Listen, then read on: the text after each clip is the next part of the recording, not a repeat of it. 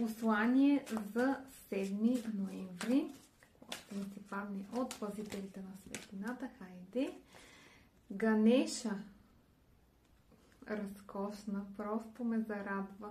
Безкрайно изобилие. Премахване на препятствията. Засилват се духовните връзки и подкрепа. Толкова е красиво.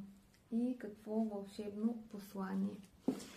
Така, сега да изтеглим послание за взаимоотношенията за днес.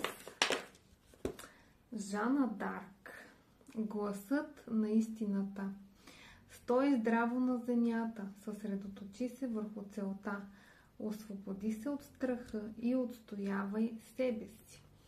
Интересна карта за взаимоотношенията, която може би е повече свързана с взаимоотношенията с себе си, които да са пълноценни, за да можем да имаме и такива с другите.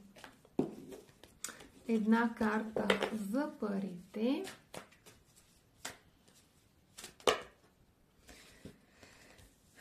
Така, паднаха 2 карти и те много си подхождат. Майка Мария, мир и любов. Откажи се от нуждата винаги да си прав. Избери мира. Изцелението на майката е възможно сега. Също може би е свързано с това, че когато сме във вътрешен мир и хармония, това е благодатна енергийна почва и за парите, които и изобилието, които да идват към нас. Куан Ин. Грижа и съпричастие. Избери да бъдеш любов.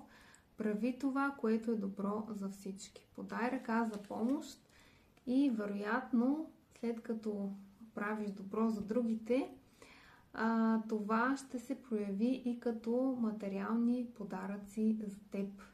Разкошни послания. Така, ако искаш да бъдеш с мен на медитация на живо, която мощно да трансформира твои блокажи, пиши ми. Утре в събота ще правя 2 медитации в Бургас от 9:30 изцеление на сърцето и от 11:30 релаксация за деца между 4 и 11 години. Тревожни или затворени в себе си деца, или пък такива, които са буйни или любопитни деца, които желаят да се потопят в релаксация и да направят